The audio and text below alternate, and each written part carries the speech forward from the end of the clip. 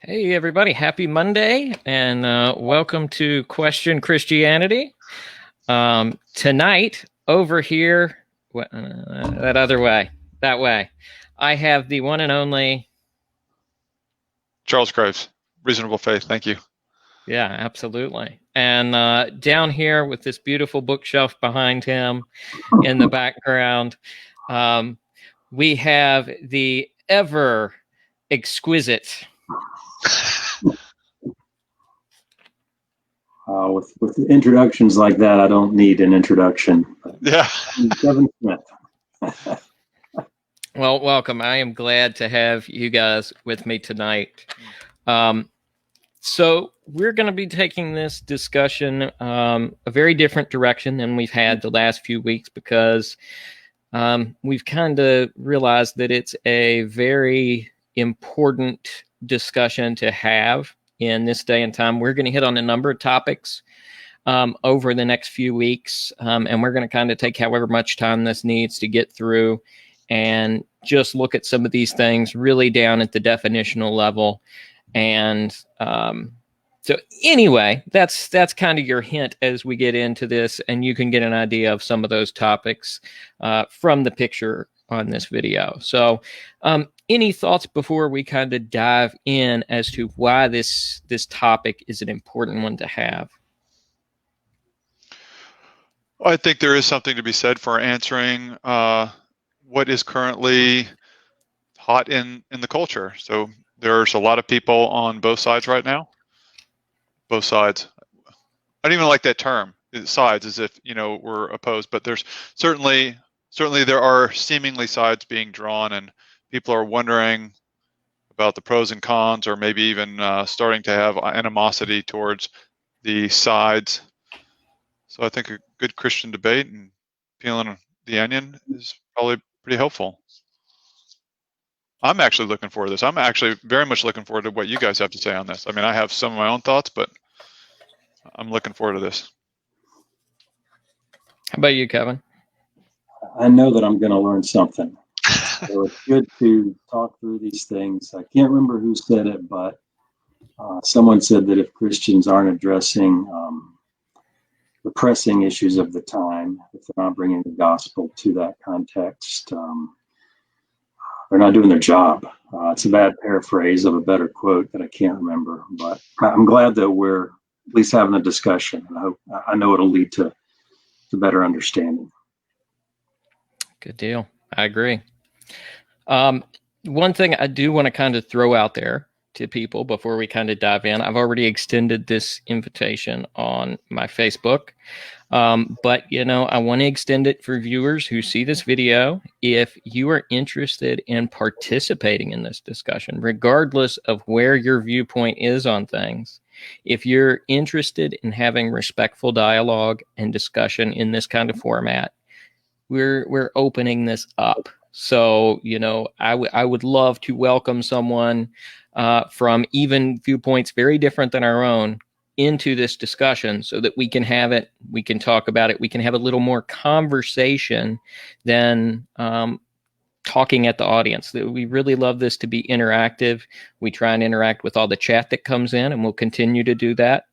But, for next week, if anybody sees this and says, man, I think this should have been said, or, they're neglecting this, we'd love to invite you on the show to join us for some respectful discussion. So just send me a message in some way, shape, or form, and I'd be glad to get you a link to join us for this next time. So, and with that, we will dive in here. So we've titled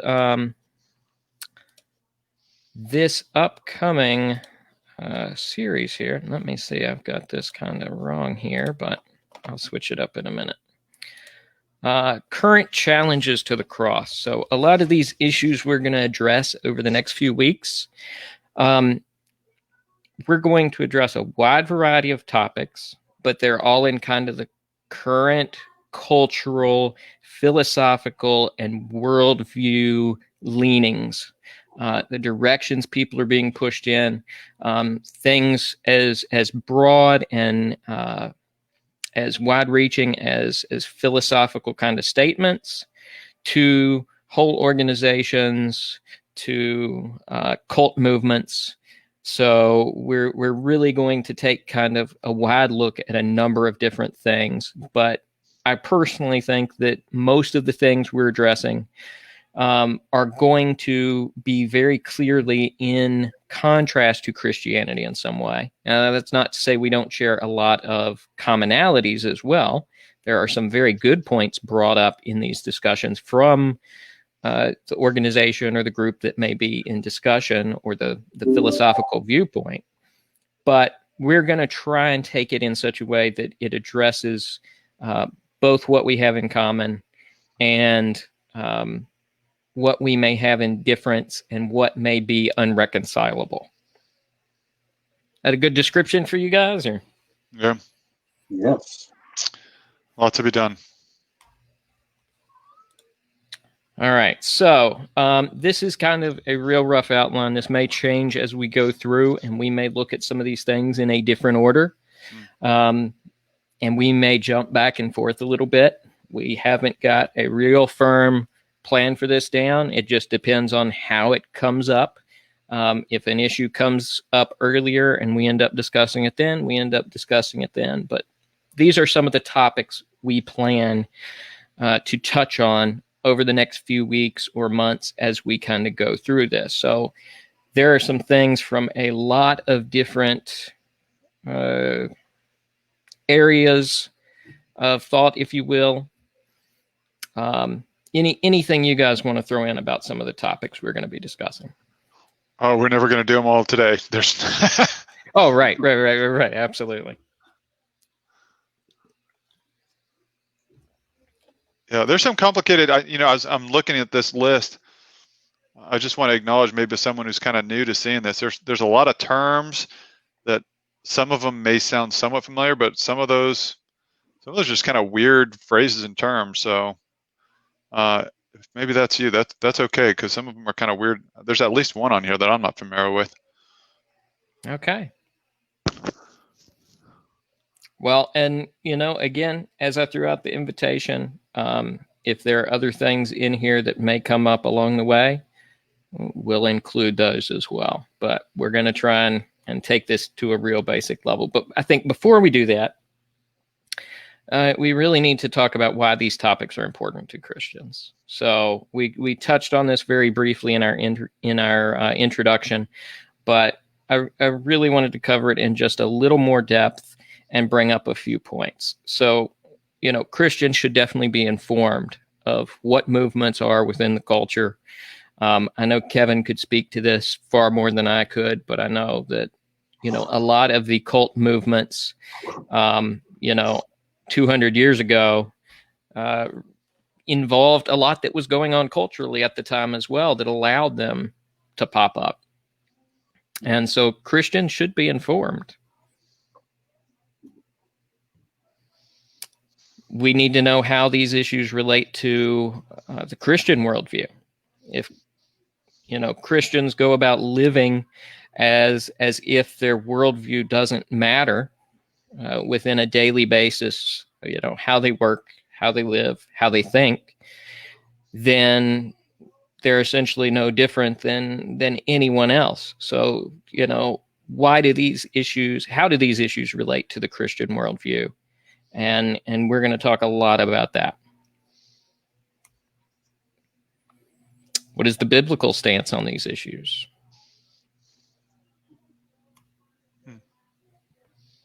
When we blindly take on ideas, we often take a lot more than we're asking for with them. And I think a lot of these things we're going to look at have a lot under the surface that's kind of comes with the whole package. So, when you take on one idea, you may be getting a little bit more than you bargained for by accepting that. And of course, ideas have consequences. And truth matters. I got, as we were going through the list here, it just occurred to me, if you look at bullet number 1, especially number 1, and how it relates to bullet number 2 and 3, maybe if you're wondering whether or not even doing this, I know we talked about it at the beginning, but should Christians be doing this? Should we really be getting informed in these social, cultural issues? And I know we kind of made a case for that before, but I would say just look at the New Testament and the epistles of Paul, because most were written just for such things. They weren't our current issues, but certainly that's exactly what Paul was doing. There were churches who were going through social issues. They were wondering what the truth was. That's your last bullet there. That truth does matter. That beliefs have consequences. That those Christian believers in those churches should be informed about those issues, and that that there is a truth, and we need to know what it is. So I think what we're doing is a very biblical thing, and something certainly that was done in the early church over and over again. Definitely. Yes. Very good point. And we're going to kind of try to address it this way because of the variety in some of these topics. This may be a little just disjointed at parts as we go through. But we're going to try and answer some important questions with each of these topics as we kind of go through. What is it? Is it compatible with Christianity? So how does Christianity and this other idea interact? And then how do Christians respond? What is our role in responding to these things and in engaging the culture? Yep. You were somebody was gonna say something? Well, I was just looking at bullet number 2. I mean, we could at least assume by your slide that there are certain things that aren't compatible with Christianity. Could we at least agree on that? Yeah. Okay. Yeah, that's important. All right. And before we move on, I think it's important that for our listeners, especially of those who may be skeptical or non-believing, non-Christian, I think it's important we touch on what is Christianity before we move on to looking at some of these other ideas, because it's kind of hard to compare Christianity and why it may be at odds with another worldview if you don't know what Christianity is, or if you're only representing a straw man. If all your experience with Christians has been secondhand, you grew up in a non-believing family, that sort of thing, and you only have an idea of what Christianity is and have never really looked into it, I want to make sure that even going into this discussion, you'll be able to go in and at least understand where we're coming from, versus just looking through your experience at this. So I think one of the best descriptions of Christianity for me is in 1 Corinthians 15, which is one of the earliest passages in the Bible in terms of how we can trace it back to the proximity to the events.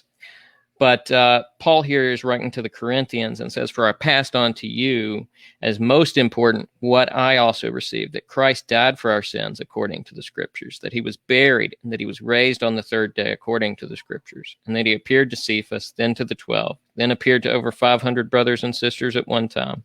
Most of them are still alive, but some have fallen asleep. Then he appeared to James, then to all the apostles." So let's take this out a little further, though.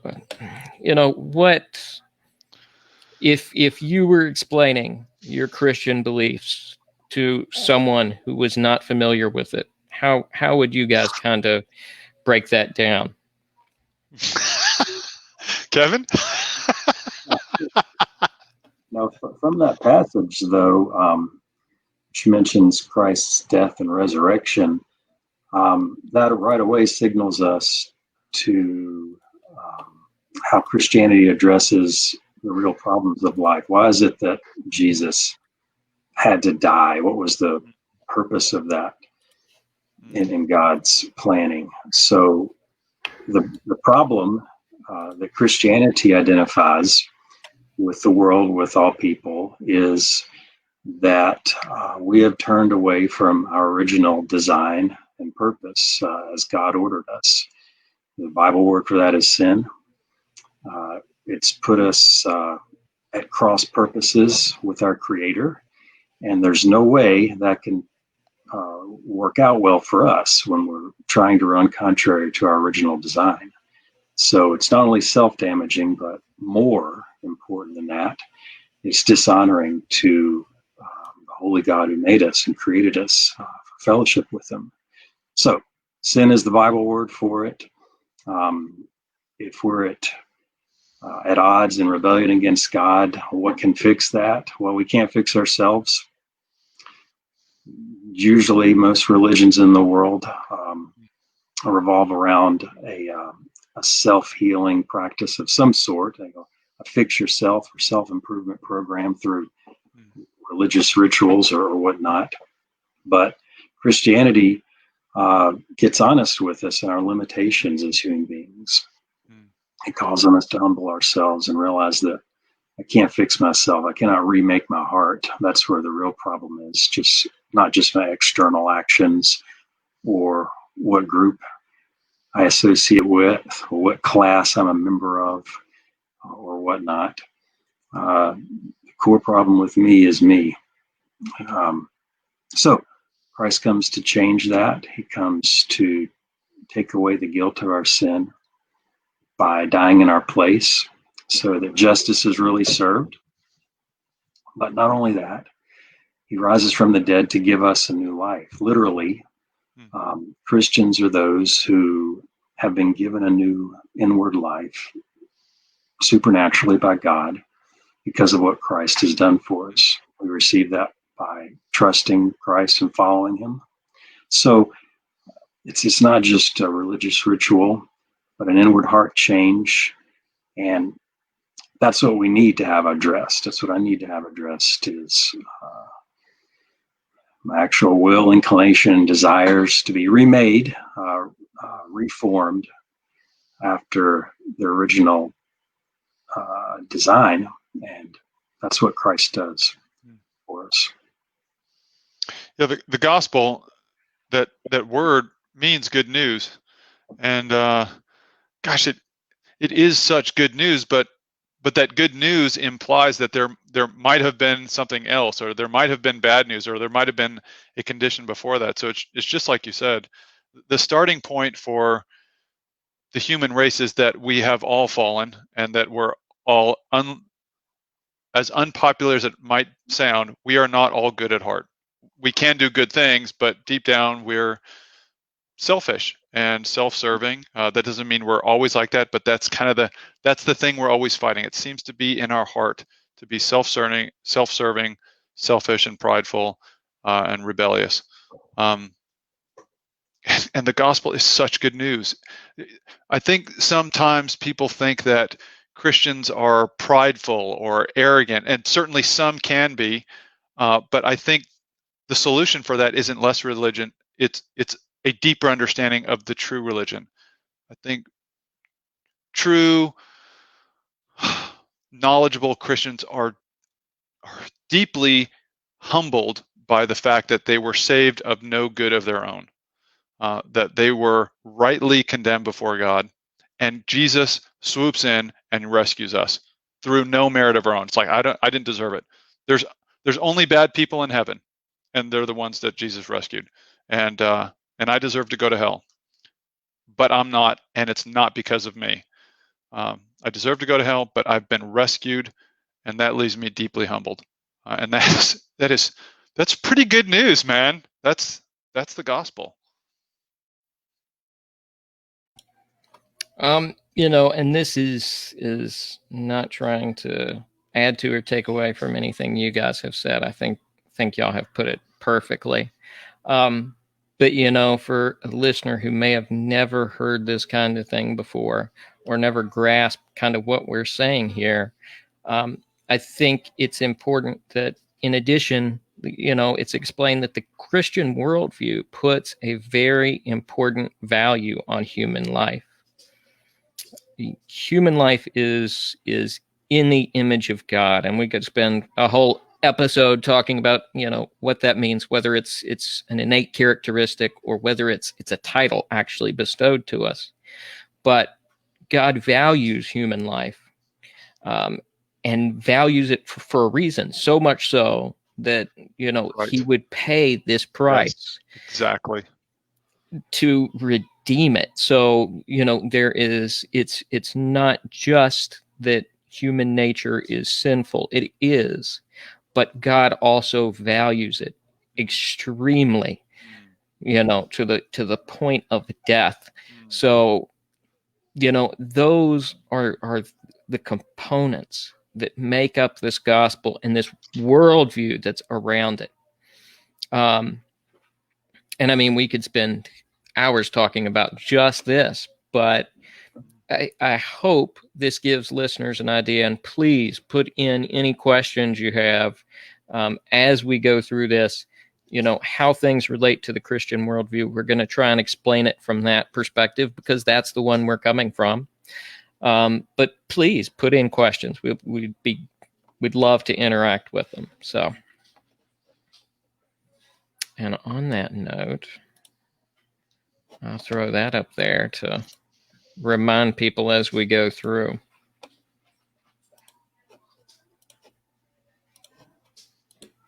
All right, so we covered a little bit about Christianity. Now we're going to move on to kind of our first topic here. Here we go.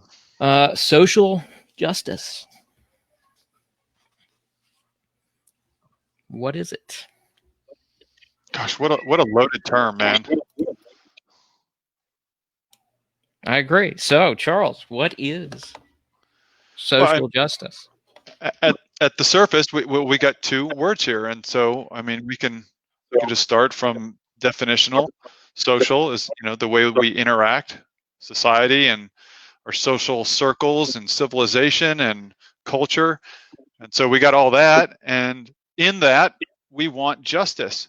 And man, I'll be the first one on the show to say that I think justice is extremely important. I think justice is one of the most important aspects of my worldview and the Christian faith. Without it, things just fall apart. Mercy is important. I actually think justice is more important than mercy. And that may actually sound weird, and maybe that's a discussion on its own, but I just want to say justice is super important. And so just definitionally, I'd say I'm all for social justice definitionally. But that phrase, as we're going to see with some other phrases, kind of gets dragged in to mean or stand for other things than just purely maybe that definitional thing. Right, on just the meaning of terms, Christians have to be for justice, including the subset social justice. I mean, after all, what's the alternative? We're in favor of social injustice. So obviously, we want social justice if we believe in justice at all. But now the problem becomes parsing that out. What's the basis for that? What do you really mean by that? Who says? Who sets that standard, and so on? I'd also throw in there, and because I think we just take it and then we don't move on, but even the word justice maybe deserves some definition. So the definition that I heard that resonates with me the most, that seems to bring most clarity to the word justice. I think most people would hear it and they kind of, I know what justice is, but justice, the best definition I know of justice is getting what you deserve exactly, no more, no less, right? Because if you don't get what you deserve, that's some type of injustice, because hey, you deserve it and you're not getting it, that's injustice. Or especially in like a punishment context, if you broke some type of a rule and there was a just punishment for that, but you got more than that, if you stole a candy bar and you got like life in prison, that's unjust. It's unjust because you got more than. So justice is a very exact thing, and to fall on either side of that exact standard is unjust, right? So if you murdered someone and then you just got away scot-free, that's unjust. If it falls on both sides. So Well, that definition helps me. And I think definitions are important when we're going to talk about words, especially in a society that seems to like to redefine words and phrases. Right. Yeah. I don't know how a definition of justice would be meaningful apart from reference to deserving or deservedness. But that in turn ties justice to some sort of merit. Deserve what you deserve or don't deserve. It's just the flip side of merit. Gosh, that's a great point. I mean, I know you're going, but Right. I don't know if we're going there yet. In order to eradicate the idea of merit, we've actually done violence, ironically, to the concept of justice, including social justice, it would seem. So sounds like what you're saying is, if there's really no such thing as right or wrong or good and bad, well, if you do something, it isn't necessarily right or wrong. So what do you deserve by doing it? You haven't done anything truly good or bad. Right. And I don't think that's even possibly compatible with any meaningful notion of justice. After all, if you're for justice, the corollary is that you're against injustice. So you are claiming, whether realizing it or not, that one is right.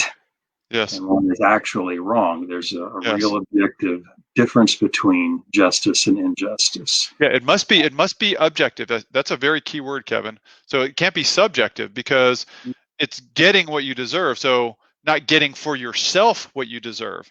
So if I do something that I think is good and then I reward myself, that's not really justice. That's just me doing stuff for myself. Yeah, so justice has a a social context to it, which is I do something that is objectively determined by my social structure as good, and the social structure should give me what I deserve for that.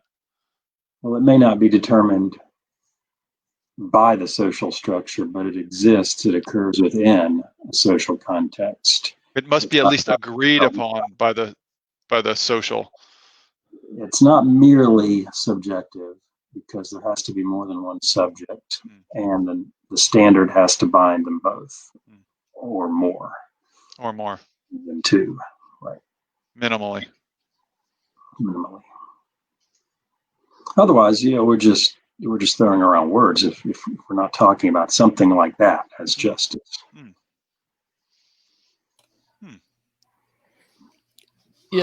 For me, one of the other things I think of when I think of justice, just to take that a slightly different direction too, is justice is one of those things that,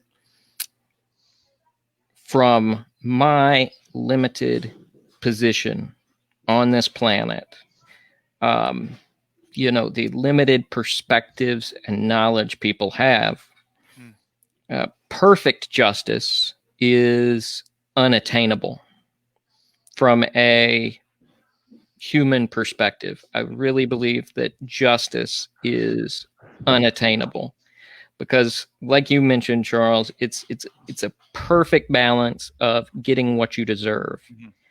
And without there being a God, then there is no one to ultimately balance the scales. If somebody were to come out with exactly what they deserved, whether it be good or bad, it would be pure chance without a God involved. And the likelihood of that is extremely rare. Think about every good thing or every bad thing you've ever done. So I don't believe justice within this context, within social structures, can ever be perfect justice. That's not to say we don't have perfection as a goal to aim for. Exactly, right. But we also have to recognize that it's going to have shortcomings because of our limited knowledge. Yeah, I just want to, you hit it.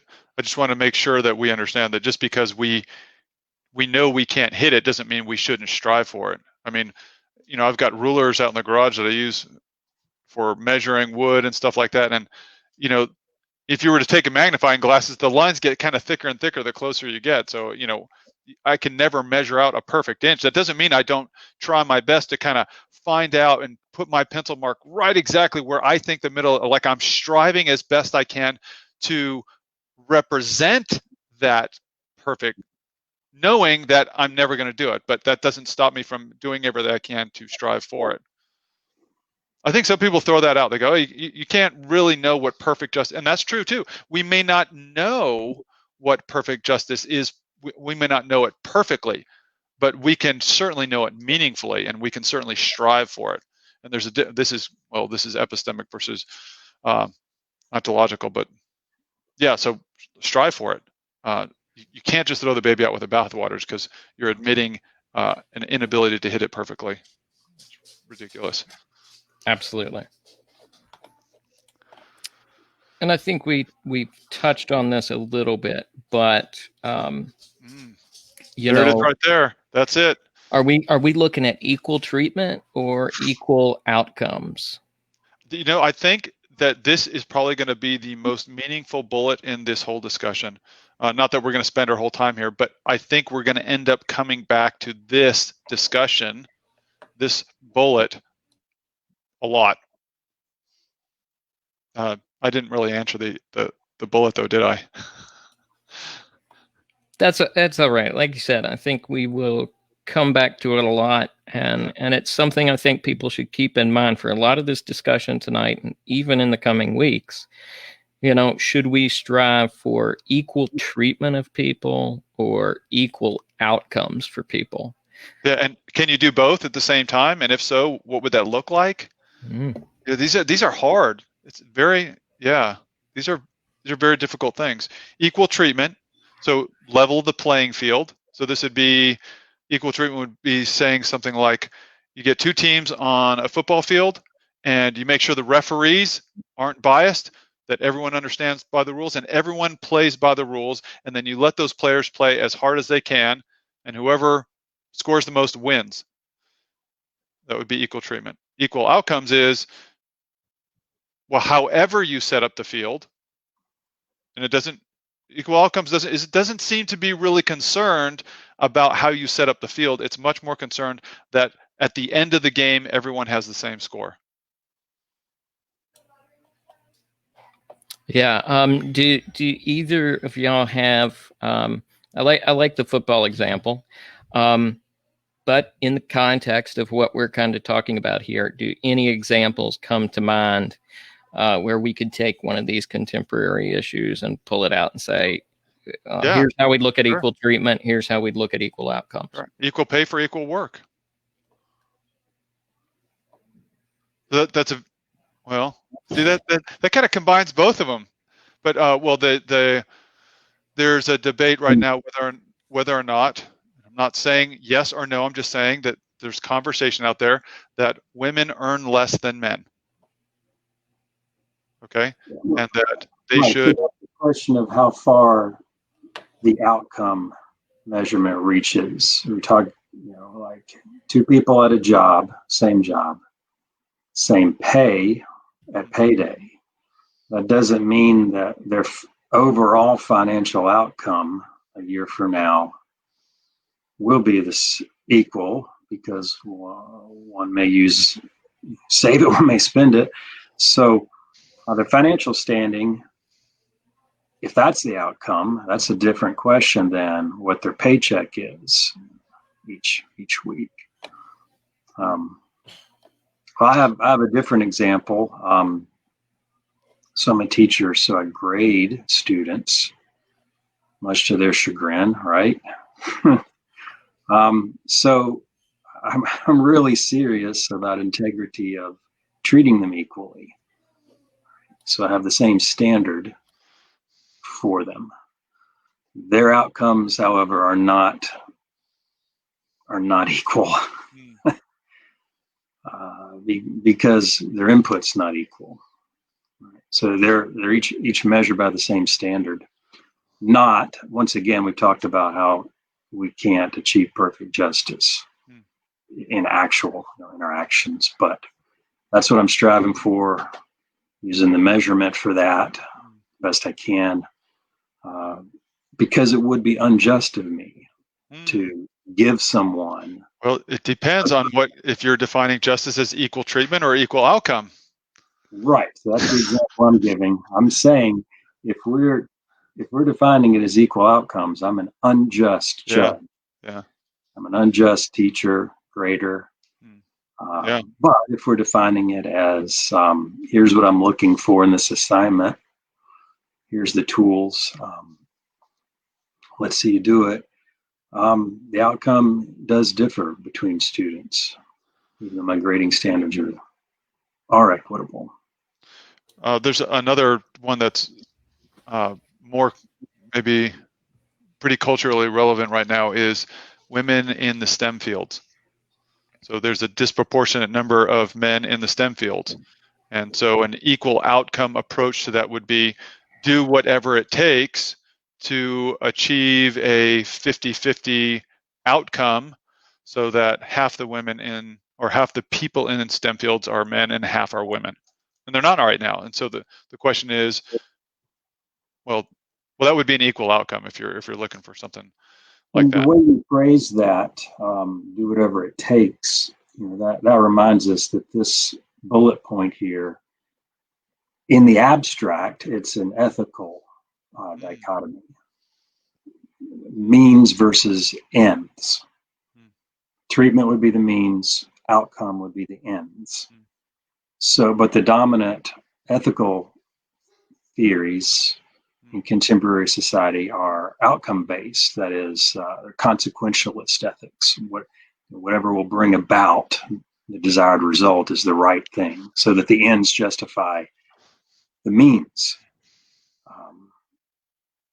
I would argue that that's actually contrary to justice. But now we're probably getting too abstract.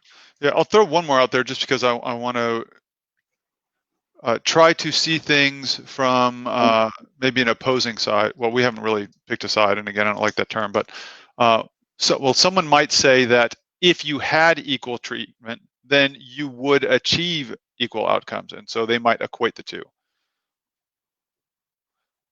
And maybe that's possible. It's certainly possible in some scenarios, but the question remains: is it always the case? And that's a good question. Well, Charles, if I went to the gym with you and the equal treatment was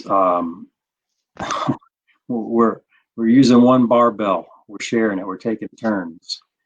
The number of times you could bench press it, whatever it is going to be greater than the number of times I could bench press it. So, in that sense, there'd be equal treatment. The weights weigh the same, but I'm not sure equal in strength. Maybe that's because you've been disprivileged by not having the access to the gym that I have had as you were growing up. And so if you had access and maybe mentors or a support system that got you into the gym more often, then you would have the equal outcome that I had.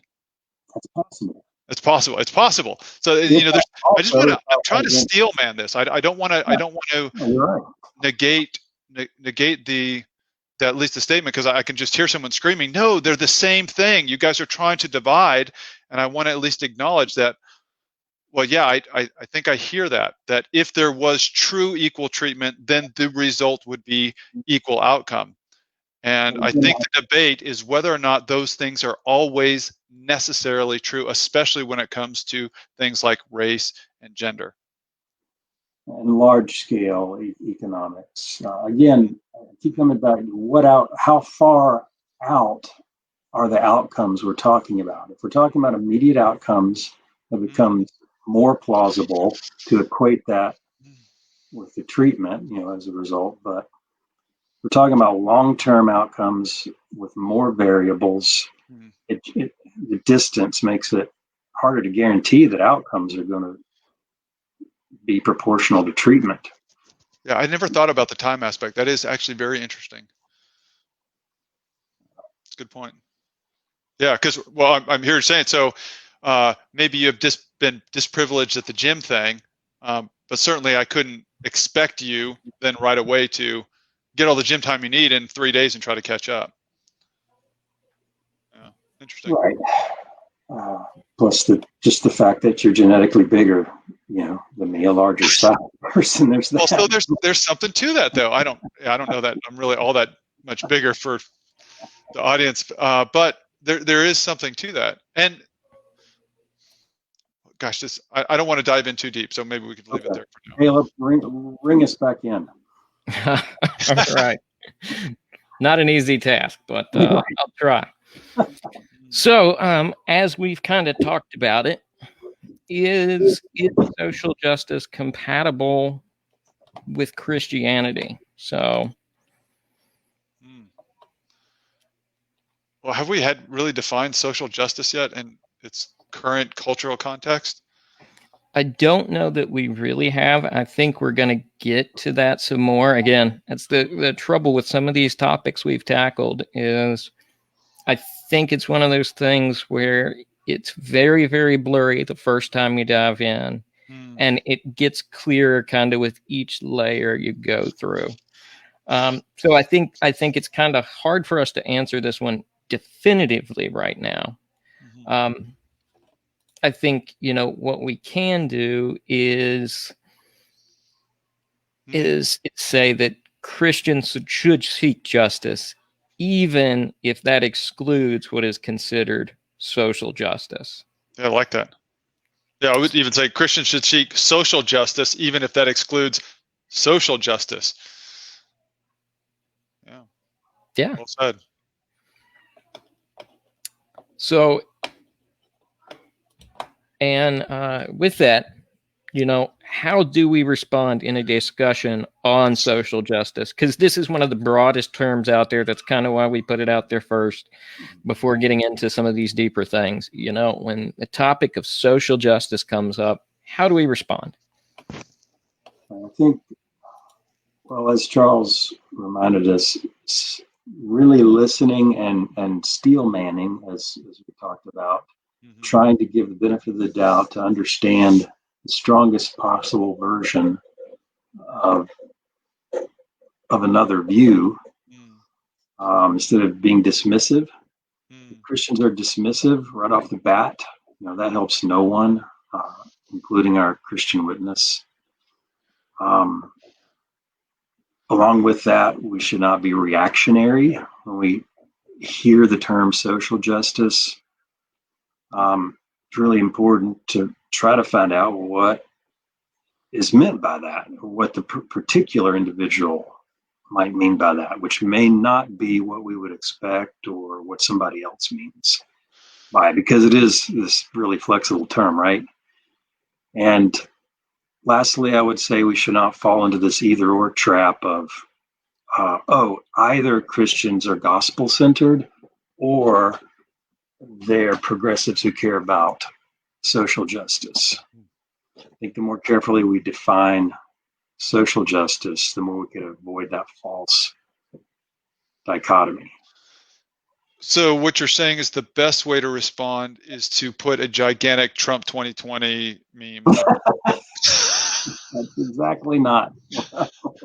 Yeah, compassion. Compassion's huge. I once had a good friend who was a therapist, and he said, fights usually happen when both people know that they have at least some part of the truth.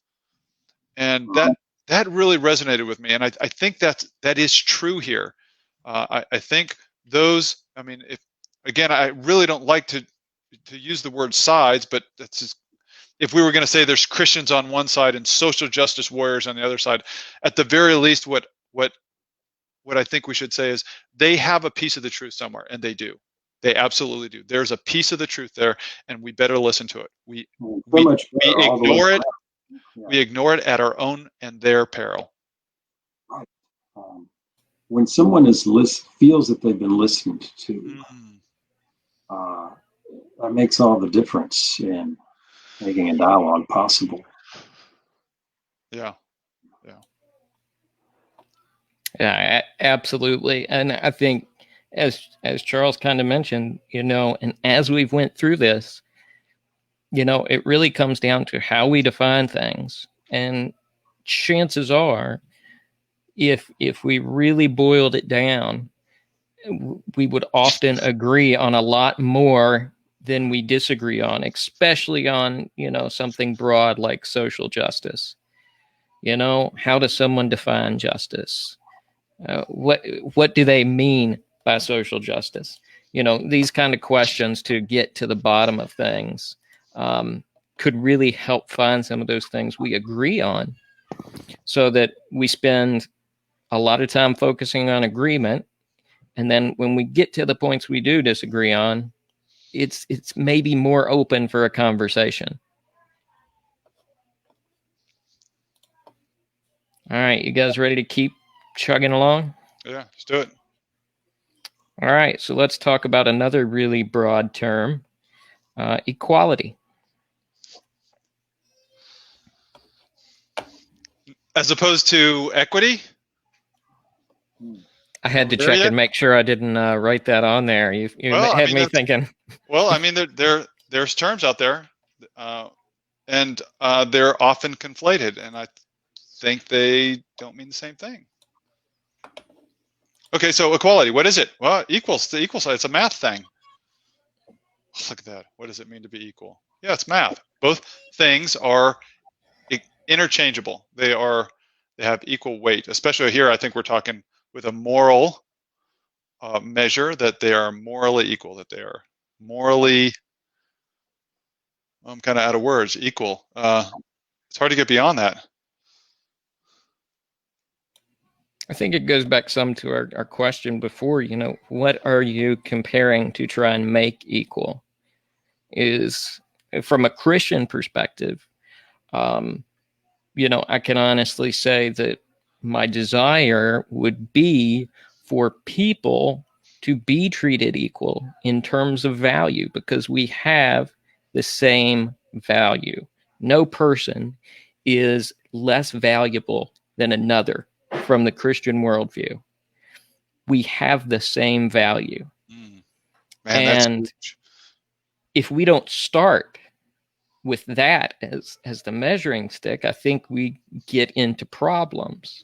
If we're valuing outcomes, or even in a certain sense, treatment to some extent, depending on what it is, we may be going down a road where, it doesn't boil back to the person's value, and it's money's value, or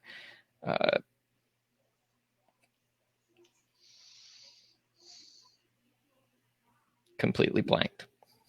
But point being that I think it has to boil back down to people having equal value, first and foremost. Yeah, anytime we abandon that, we will see some pretty dire consequences. Mm-hmm. They are almost necessarily around the corner. As soon as you devalue every single human life, there are almost necessarily dire consequences right around the corner.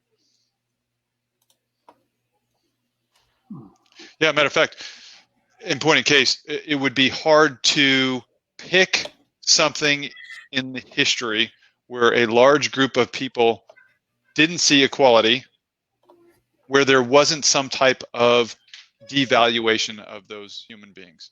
First, that came first. Yeah, I think that's a good point. So I think it's not, in that sense, it's not only compatible with Christianity. I think that Christianity has a real and consistent basis for valuing human beings. If the Christian narrative is true about God creating us in his image, then there's an ontological reality, an objective truth to this equal value of each individual human. Whereas other worldviews may have the same aim in a sense, value for people, for humanity, human beings. But while simultaneously holding a narrative of human origins that provides no basis for value, and measures humans if they're merely material, merely biological. It would be really hard to find value to begin with, much less claiming that all of humans are of equal value. And that's all there is. Yeah, and I think it's safe to say that, you know, evolution is one of those, naturalistic evolution is one of those worldviews. I think from a Christian perspective, if you look at evolution and you still believe the Bible, you can see the Imago Dei as a title bestowed on humans. So it still infers value, but without a God in the evolutionary process, you're completely vacant from that. There is no value in human life more so than any other life. And it's really hard to escape that conclusion. I would just encourage our users. I'm a software guy. That's how I usually think. Encourage our listeners to. You don't have to believe the Bible or disbelieve in evolution to see the truth of what Caleb just said.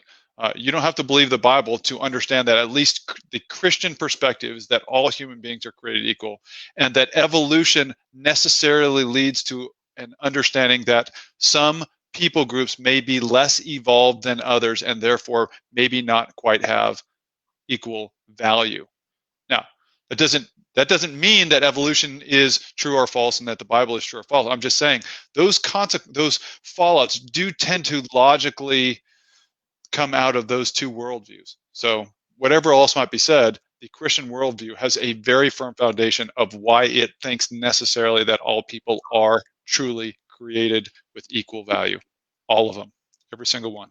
Right, and some evolutionists are aware that they have no basis for exalting humans over other organisms. So I was at a Darwin conference a couple of years ago at Roanoke College, and one of the biology professors, she was really upset with speciesism, the idea that one species is better or more valuable form of life than another. In other words, she, as a human, wanted to convince us that humans aren't more valuable than, say, animals. Then we're doing a great disservice to the coronavirus by trying to get rid of it. Right. True. And so I think we've kind of covered this next bullet point, which was just, does worldview influence equality? So, and I think which worldview you're coming from is going to have a dramatic impact on what you mean by equality and how you determine what that is. Your worldview, and by worldview, I mean the ideas that encompass the beliefs that drive and that influence how you think about the world. So what is that combination of ideas? What does it look like? That's your worldview. And some can be very broadly in terms of Christianity is a worldview. But there are other ideas that have such a wide arching impact that I think they can safely be considered worldviews as well.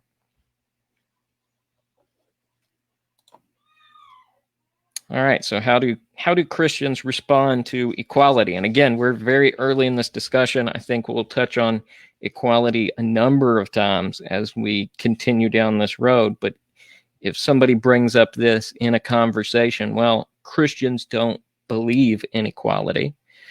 How do we respond? I think if we hear something like that, then if someone said Christians don't believe in equality, I think that person is actually saying Christians don't believe in equity, which is something different. I think when they say something like that, they've conflated it. I don't think that a truly honest person. Certainly, there are Christians out there who don't believe that all human beings are valuable. And there's all kinds of people of all kinds of views. But and just to cut in, and even those who do believe it don't necessarily act like it all the time. And that's important. So, okay, so if someone says Christians don't believe in equality, I think that's a great start to place the dialogue. What do you mean by equality? Let's flesh it out, because who knows? I mean, individuals are individuals, and who knows? One person might actually mean equality. One person might mean equity. One person might be just repeating something they saw on a bumper sticker or on a newscast. So, I'd say, wow, this is a great place to have a conversation. What do you mean by that? Give me some examples, and maybe it's true. Maybe there are some Christians who don't believe in that. So, great. Tell me more. Right. Yeah. What example they have in mind will tell you a lot. Maybe it's going to be something like, a stereotype of Christians. They don't believe that men and women are equal. Well, what do you mean? In what aspect? Right. Equally creatures of God, of equal value. Right. Equal in salvation status, not equal biologically. What is meant? I'm just laughing because you said just the way you answered that brought to light that the comment itself is stereotypical. It's like, you Christians don't believe in equality. It's like, what do you mean, you Christians? Right. We all believe the same thing. Every single Christian believes exactly the same thing. Is that really the way it works? We all have exactly the same theology. There's no variation at all. Yeah, right. We've got plenty of variance just within this group, I'm sure. Yeah, right. So, I mean, there's a conversation to be had on the other side. And that's why I love what you said at the beginning, Caleb. We're here, and I think I'd at least like to think we're doing our best to try to hear the other side and anticipate what their steel man is. But I'm sure we're missing a lot. So if there's someone out there, like you said, Caleb, who wants to come up and say, no, you've got to miss this and you miss this, and the left, so to speak, is as varied as the right. And so we can't either just say the people on the left all think the same thing, because they definitely don't. What we all are is individuals, and we have an individual myriad of views, and sometimes those tend to coalesce around groups. But man, you can't get past the individual.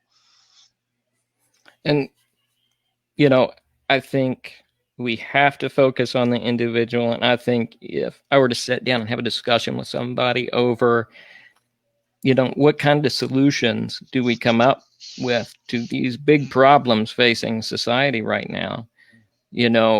One, we have to know what the actual problem is. And then two, how do we look at fixing this individually? Before we even look at big overarching fixes, we have to fix ourselves. And, that is a hard thing. But I think when we talk about equality, we can use it as a point with people to make a valuable connection, to discuss what is valuable about not only humanity, but how they are valuable as a person. And I think if we neglect to do that, many Christians go out there. I've heard some churches refer to apologetics as just arguing. And there is certainly a time and place for that.